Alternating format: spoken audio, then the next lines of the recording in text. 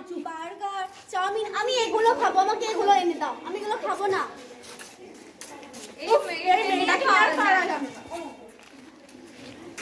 তোমাদের মা বাবাও ঠিক এইভাবেই দুঃখ পায়, মানে কি না? খাও তোমরা, বাইরে খাও, ফল খাও। কয়েকজন এদিকে কেমন এটা করে দাও, দেখো কজন খায়। ফল খায়, ভেরি গুড। এগুলো আমাদের শরীরে উপকার করে না অপকার করে? এবার দেখো তৃতীয় দৃশ্য।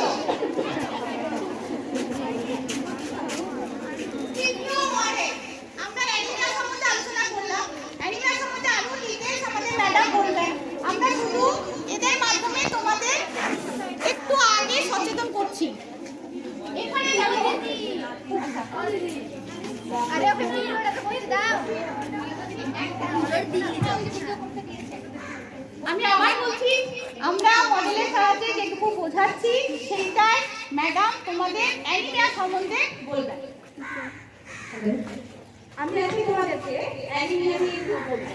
দিদি তো আগেই দেখালে যে তোমাদের আমরা প্রতি মাসে একটা নির্দিষ্ট দিনে কিছু আয়রন ট্যাবলেট দিয়ে থাকি, বাট তোমরা সেগুলোকে খাও তোমরা, সেটা আমারও সন্দেহ আছে। কারণ আমি অনেক সময় ক্লাসে দিতে গিয়েও দেখেছি যে তোমরা তার কিছু ভাগ স্টুডেন্টকে হয়তো নিচ্ছ, কেউ নিচ্ছ না।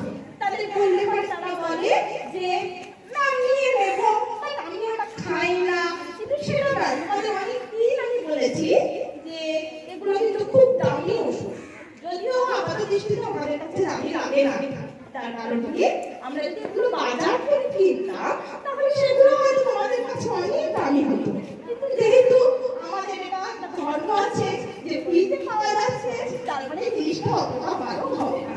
বাট এটা তোমার কাছে খুব ভুল ধারণা, কারণ বাজার ওষুধগুলোর সঙ্গে ওগুলো সেম কন্ডিশন বা সেম প্রিপারেশন পদ্ধতি প্রায় একটা।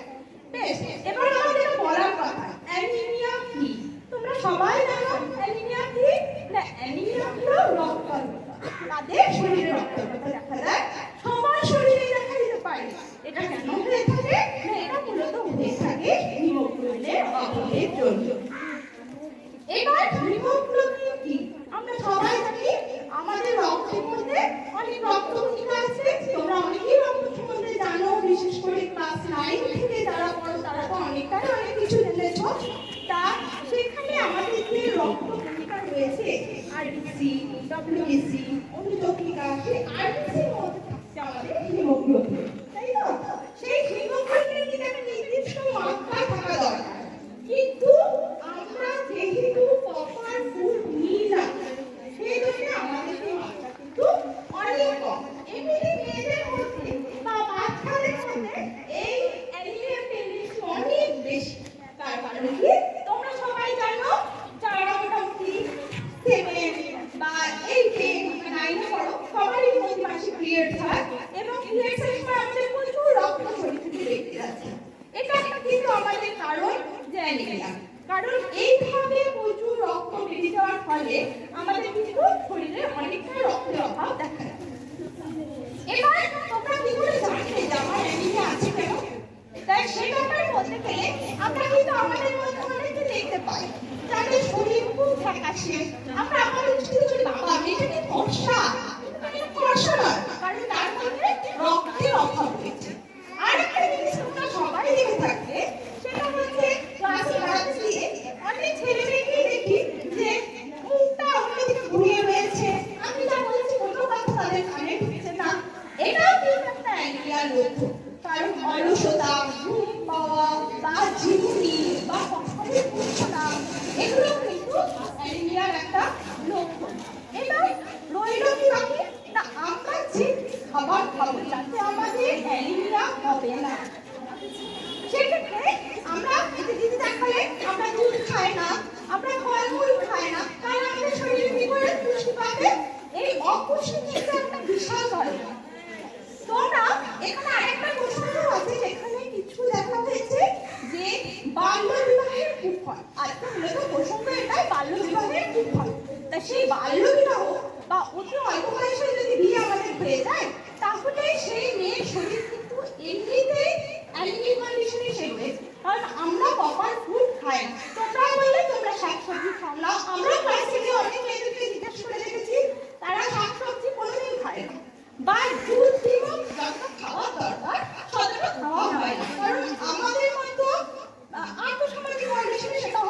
আমার সবটা পাওয়া সম্ভব হয় না।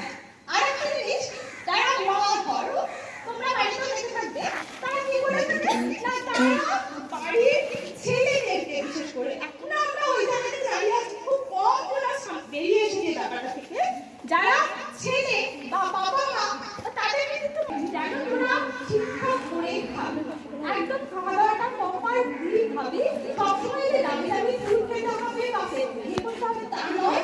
বাড়িতে অনেক কিছু পাওয়া যায়, কুলে খাড়া, মোচা বা আর এছাড়াও তো আয়ুর্বেদিক খাবার যেগুলো বেদানা, সেগুলো খাবি। আর সবথেকে বড় কথা, আমরা যে ওষুধগুলো দিই সেগুলোকে দিস ফেলে দিস না, তোরা নিজেরা নিস, তোদের নিজেরাই ভালো হবে, ঠিক আছে? এইটুকুই বললাম, আর কিছু বলার কিছু নেই।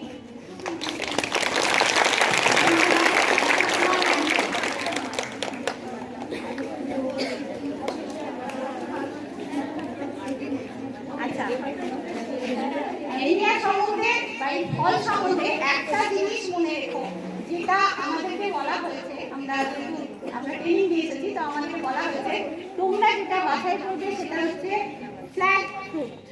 এবার আমাকে বলো এই ফ্ল্যাগ ফ্রুট কি? আমাদের ফ্ল্যাগে কটা রং আছে? তিনটে কালার। কি কি কালার? কি কি কালার বলো? মানে কমলা, কমলা, সাদা।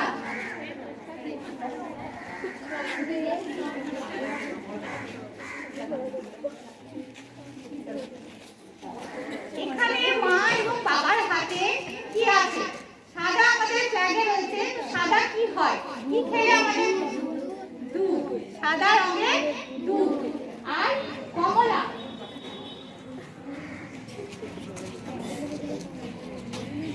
কমলা আমাদের একটা ফ্ল্যাগের রং, তো কমলা কিসে আমরা পাই?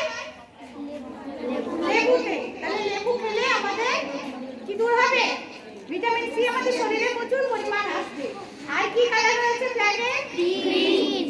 তাহলে আমাদের এই রঙের খাবার খাওয়া বেশি করে দরকার। তোমরা যেহেতু বাচ্চা, তো তোমাদেরকে বোঝানোর জন্য এই জিনিসটা অ্যাপ্লাই করছি আমরা, যে ফ্ল্যাগের কালারে যে খাবারগুলো। এবার দেখো গ্রিন এখানে আছে, গ্রিন একটা, এখানে একটা ফল আছে, ফল ছাড়াও গ্রিন আর কি হয়? শাকসবজি। Very good. তাহলে সবুজ রঙের শাকসবজি খাওয়া আমাদের খুব দরকার, যেটা সোমা ম্যাম বললেন। এবং কমলা রঙের খাবার আর দুধ, দুধ হচ্ছে আমাদের সুষম খাবার, ঠিক আছে? তো এখানে যে মেয়েটা বলছে খাবো না, সে এবার কি বলবে? আমি পিৎজা বার্গার খেতে চাই, আমি এসব খেতেই চাই না, কিন্তু এখন আমি মায়ের দুধ এবং বাবার শাকসবজি ফল খেতে চাই। এর জন্য কি করা উচিত? আমাদের একটা হাততালি দেওয়া উচিত।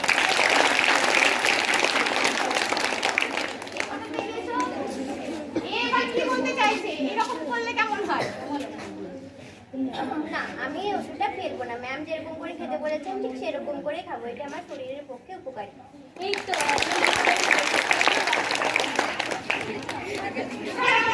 তৃতীয় মডেল,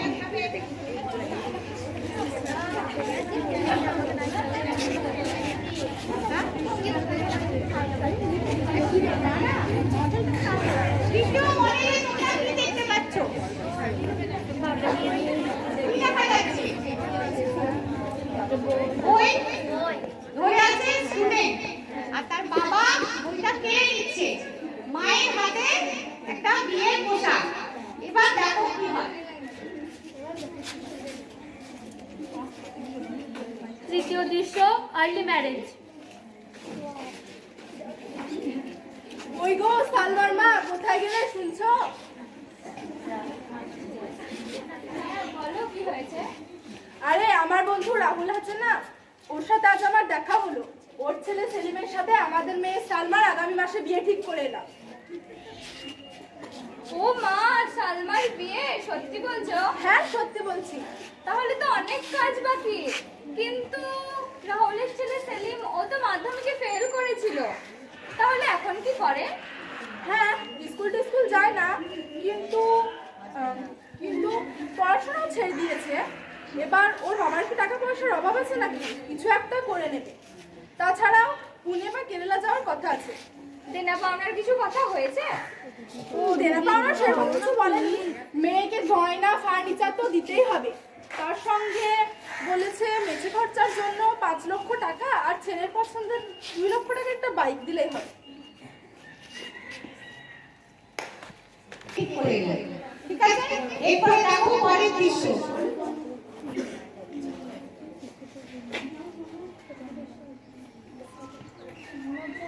চতুর্থ দৃশ্য, আর্লি ম্যারেজ। মা আমি আসছি, স্কুলে দেরি হয়ে যাচ্ছে। দাঁড়া দাঁড়া, তোর সঙ্গে কথা আছে। কি কথা মা?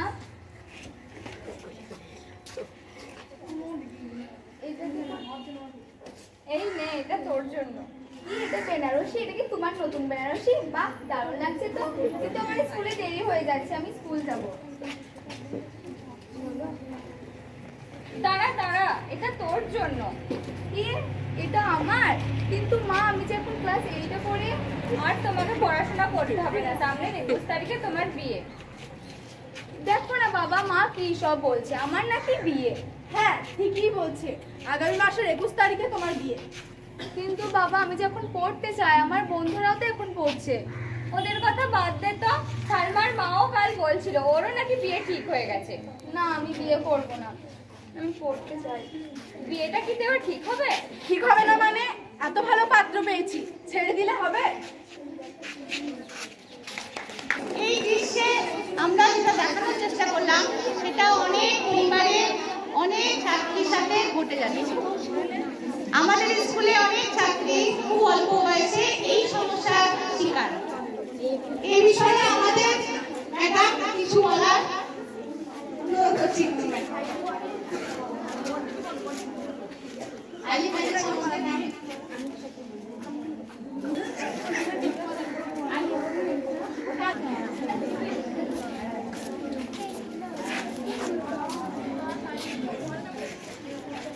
আমাদের এখানে যে মডেল দিয়ে তোমাদের একটা বর্ণাঢ্য শিক্ষণীয় দৃশ্য উপস্থাপিত হচ্ছে, নিশ্চয়ই সে সম্পর্কে তোমরা অবগত হচ্ছ।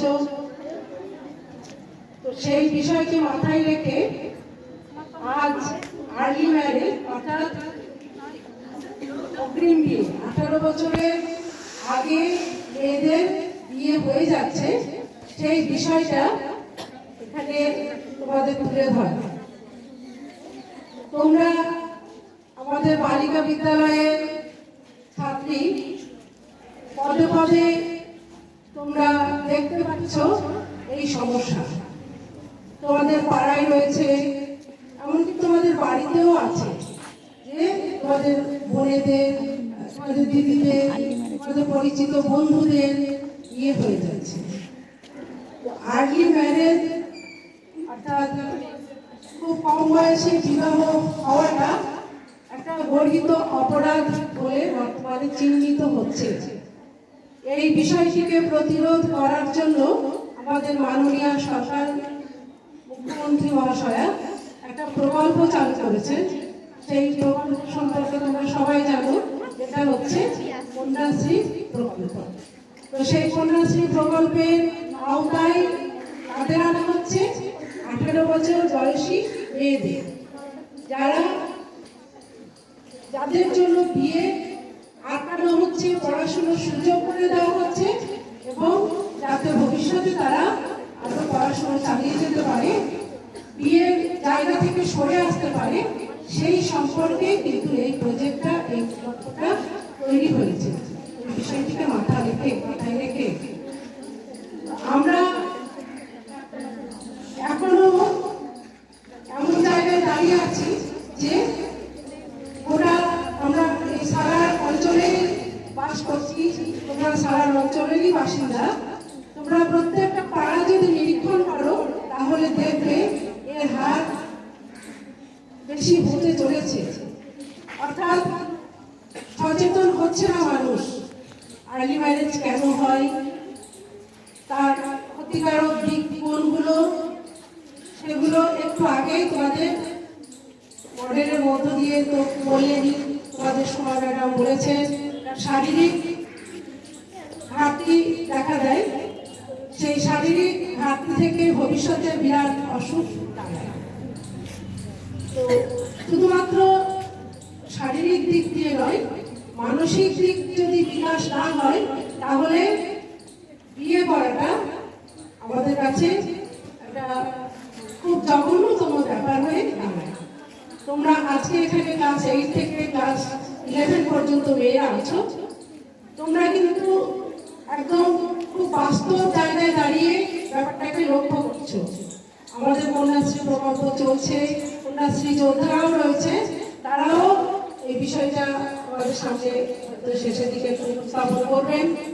কিন্তু আগে অল্প বয়সে বিয়ে হওয়াটা আমাদের কাছে বিরাট ক্ষতিকারক দিক, যেমন শারীরিক, তেমনই মানসিক, তেমনই সামাজিক অবক্ষয়ের দিকে আমাদেরকে ফেলে দিচ্ছে।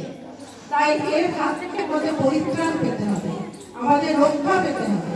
তাই আমরা কি করবো, আমরা সবাই এখানে যারা আছি তারা এই বিষয়টিকে প্রতিরোধ করার চেষ্টা করবো। কিভাবে করবো? নিজেরা বিয়ে না করে এবং অপরে যাতে বিয়ে না দিতে পারে খুব অল্প বয়সে, সেদিকে লক্ষ্য রেখে আমরাই কিন্তু পারি এই বিষয়টা থেকে মুক্তি পেতে, মুক্তি করতে এবং সমাজকে মুক্ত হতে। তো এই যে আর্লি ম্যারেজ, শারীরিক বিষয়টা খুব অল্প বয়সে বিয়ে হওয়ার ফলে খুব তাড়াতাড়ি বাচ্চা হয়ে যাচ্ছে, তার শারীরিক অবক্ষয় ঘটছে, অসুখ বিসুখ হচ্ছে, আর একটা মনের মধ্যে তাদের নিজেদের মধ্যে একটা অজ্ঞতা থেকে যাচ্ছে। কিরকম অজ্ঞতা? পড়াশুনো করলে পরে কি হবে? পড়াশুনো করলে আমরা অনেক কিছু জানতে পারি, অনেক বিষয় বুঝতে পারি, আমরা অভিজ্ঞ হতে পারি। সেই জায়গাটা থেকে আমরা বঞ্চিত হচ্ছি। খুব অল্প বয়সে শ্বশুরবাড়ি গিয়ে একটা নিপীড়নের শিকার হচ্ছি, অত্যাচারের শিকার হচ্ছি, যার জন্য অনেক বিয়েও ভেঙে যাচ্ছে। তো এই বিষয় থেকে আমাদের মুক্ত হতে হবে। এই মুক্ত হওয়ার জন্য আমাদের কতগুলো অঙ্গীকার থাকবে, যে অঙ্গীকারগুলো আমরা জোরে জোরে সবাই সোচ্চার ভাবে বলবো যে আমরা 18 বছরের বয়সের নিচে কেউ বিয়ে করবো না, আমরা পড়াশোনা চালিয়ে যাব। এই হবে আমাদের দৃঢ় প্রতিজ্ঞা। আমাদের কন্যাশ্রী যোদ্ধারা রয়েছেন, এই শপথ তারা নেবেন তোমাদের সঙ্গে সংগঠিত, তোমরা একত্রে মিলিতভাবে সেই শপথ গ্রহণ করবে। এই আর্লি ম্যারেজের বলে আমি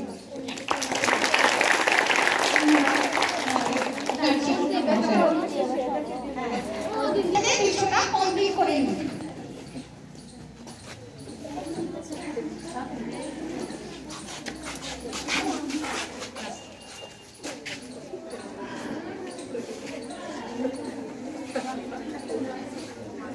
তোমাদের বিয়ে সুসম্পন্ন হোক।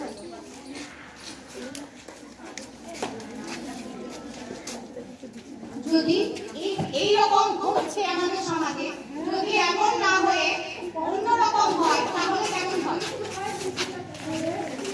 এটা তোমাদের চোখের সামনে রয়েছে, ছোট্ট ফুটফুটে কোলে বউ আর বর। এই বয়সে বিয়ে হওয়া স্বাভাবিক? কোন বয়স মেয়েদের জন্য? কোন বয়স? 18। আর ছেলেদের জন্য 21। ভেরি গুড, তার আগেই হয়ে যাচ্ছে। তো আমাদের কি বলা উচিত? না, আমি এখন এদের বিয়ে দিয়ে এদের ভবিষ্যৎ নষ্ট করতে পারবো না।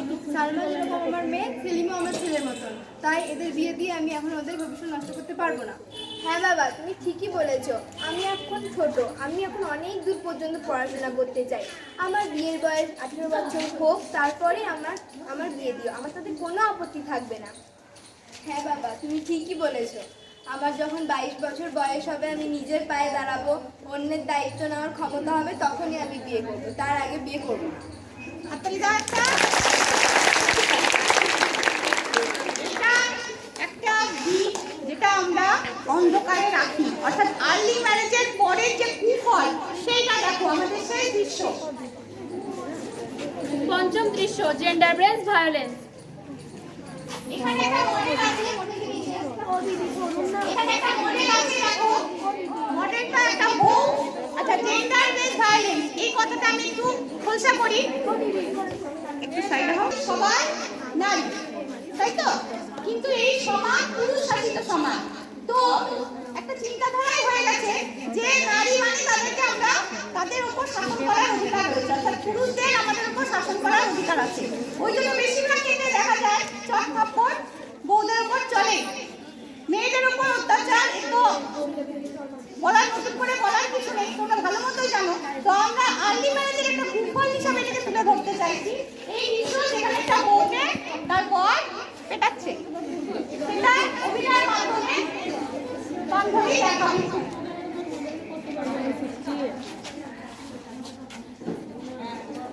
এই নাও তোমার খাবার। খাবার আছে?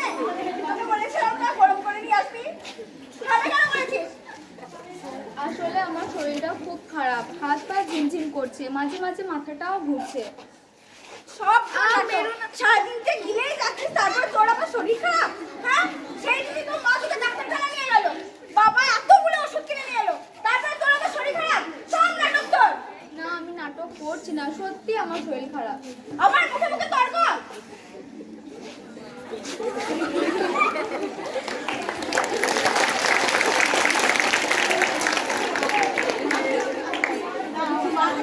দিও না, দিও না, দাও আমার দিয়ে দিয়ে, আমি আর এই কষ্ট সহ্য করতে পারছি না, একটু আমায় নড়ার মতো। এটা আমাদের আর্লি ম্যারেজের একটা কুফল। অল্প বয়সে বিয়ের পর মেয়েদের ম্যাক্সিমাম সময় নানান অসুখের শিকার হয়। এটা আমি আমার অভিজ্ঞতায় বলছি। আমার যত পুরাতন ছাত্রী অনেকের সঙ্গে মাঝে মাঝে দেখা হয়, রাস্তাঘাটে ট্রেনে বাসে দেখে একটা বলে, ম্যাম ভালো আছেন? আরে কবে বিয়ে হলো তোর? হ্যাঁ ম্যাম বিয়ে হয়ে গেছে, ছেলে পুলেও বলে। কোথায় যাচ্ছিস? একটা প্রশ্ন, কোথায় যাচ্ছিস? ম্যাম ডাক্তার দেখাতে। আর্লি ম্যারেজের সব থেকে বড় কুফল সেটা হচ্ছে অসুখের গোড়া হয়ে যায় এই শরীর। এই মডেল কি বলতে চাইছে, কি করা উচিত আমাদের? না, আমি মার খাবো না। আমি মেয়ে বলে এটা নয় কি তুমি আমার উপরে হাত তুলবে আর আমি সেটা মুখ বন্ধ করে সহ্য করে নেবো। আর তুমি যেমন ধরো মানুষ, আমি সেরকম মানুষ, আর আমার দুজনাই ঈশ্বরের সৃষ্টি। আমায় ক্ষমা করে দাও, আমি আর তোমায় কখনোই মারবো না। তুমি যেরকম মানুষ আমিও মানুষ, আমার যেরকম ব্যথা লাগে তোমারও ব্যথা লাগে, আমায় ক্ষমা করে দাও। এই বোধটা পুরুষদের মধ্যে জাগাতে হবে যে আমরা মেয়ে হলেও নারী হলেও আমরা সমান পুরুষদের মতোই মানুষ। উপরওয়ালা সৃষ্টিকর্তা আমাদেরকে ওইভাবেই তৈরি করেছেন যেমন পুরুষদেরকে তৈরি করেছেন। নারী ছাড়া পুরুষরা অপূর্ণ। অপূর্ণ পূর্ণ নয়, পূর্ণতা তখনই পাবে যখন সে নারীকে সঙ্গে পাবে। তাহলে আর্লি ম্যারেজের মাধ্যমে আমরা যে জিনিসটা ভোগ করছি সেটা হচ্ছে অপুষ্টিতে ভরা একটা শিশু যে বাচ্চা জন্ম দিচ্ছে, আর নানান অসুখে ভরা মা, যেটা আমাদের ভারতের ভবিষ্যৎ হতে পারে না। যার জন্য সরকার নানানভাবে চেষ্টা করছেন। এই যে অ্যাওয়ারনেস প্রোগ্রামের মাধ্যমে তোমাদেরকে বোঝানো, আমাদেরকে টিভি দেওয়া, ম্যাডামদেরকে দিয়ে তোমাদেরকে বলানো, এই সব সার্থক তখন হবে যখন তোমরা বুঝবে, তোমরা প্রতিবাদ করবে। তোমরা আর্লি ম্যারেজ করতে চাইবে না, তোমরা এনিয়ার ঘুরতে চাইবে না, তবে কিন্তু সরকারের এই পদক্ষেপ সার্থক হবে। সেটা করবে তো? জোরে বলো।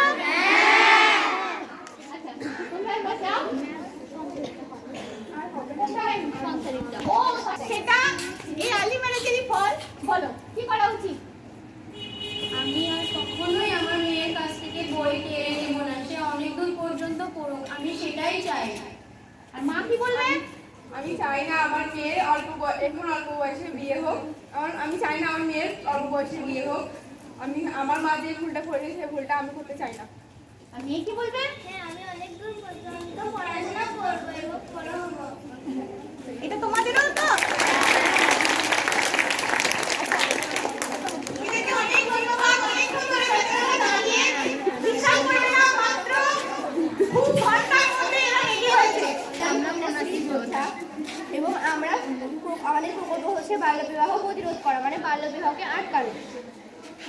18 বছর বয়সের আগে আমরা কোনো মেয়ে বিয়েতে রাজি হব না, এবং যদি কেউ আমাদের ফ্রেন্ড হোক, বোন হোক, যেই হোক, তাদেরকে আমরা বারণ করবো বাল্যবিবাহ। 18 বছর আগে কোনো মধ্যে আমরা বিয়েতে রাজি হব না, পরিবারকে বোঝাবো। যদি কেউ না বোঝে, আমরা স্কুলের টিচারদের এবং থানা পুলিশ এইসবের মধ্যে আমরা শেখার জন্য সুযোগ ইনভলভ হবো। হাততালি দাও এদের জন্য। আমরা শপথ গ্রহণ করছি সবাই। সবাই মিলে বলবে, ও যেটা বলবে ও তুমি তুমি বলছে, সবাই তোমরা বলবে, ঠিক আছে? আজ আমরা সবাই শপথ গ্রহণ করছি। আমরা কেউ 18 বছরের আগে বিবাহ করবো না। এবং যদি কেউ আমাদের বন্ধু এবং বোনেদের বিবাহ দেয় তাহলে আমরা এর রুখে দাঁড়াবো। আমরা এই অত্যাচার কোনোদিনও মানব না।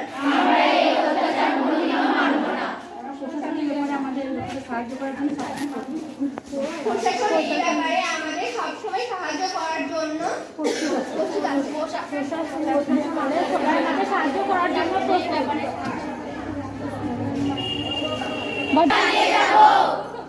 আমরা সবাই গ্র্যাজুয়েট হব। বিএ পাস করা পর বিয়ের কথা ভাববো। আমরা প্রত্যেকে স্বাবলম্বী হওয়ার চেষ্টা করব। আমরা এই মঞ্চে দাঁড়িয়ে আজকে শপথ গ্রহণ করছি যে 18 বছরের নিচে কেউ বিয়ে করব না। আর কারোর বিয়ে হলে সেখানে প্রতিরোধ করব।